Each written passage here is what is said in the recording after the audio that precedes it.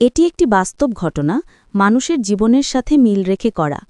একটি গ্রাম ছিল, গ্রামে একটি কৃষক তার ছেলেকে পড়াশোনার জন্য বাহিরে পাঠানো। পড়াশোনা পর কি হলো দেখতে আমাদের সাথে থাকুন।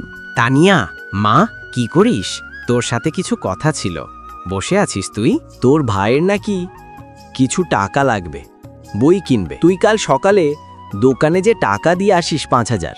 ওকে বাবা, ঠিক আছে, দিয়ে আসবনি। মা, দেখিস একদিন বাইজিদ লেখাপড়া করে অনেক বড় চাকরি করবে। ঠিক বলেছ, কিন্তু ও যদি কোনোদিন আমাদেরকে ভুলে যায়?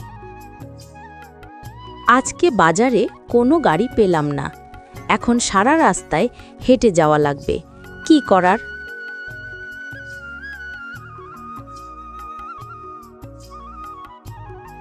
মিনহাজ, আছো? আমার ভাইয়ের বিকাশে ৫,০০০ টাকা দাও তো, ওর বই কিনতে লাগবে।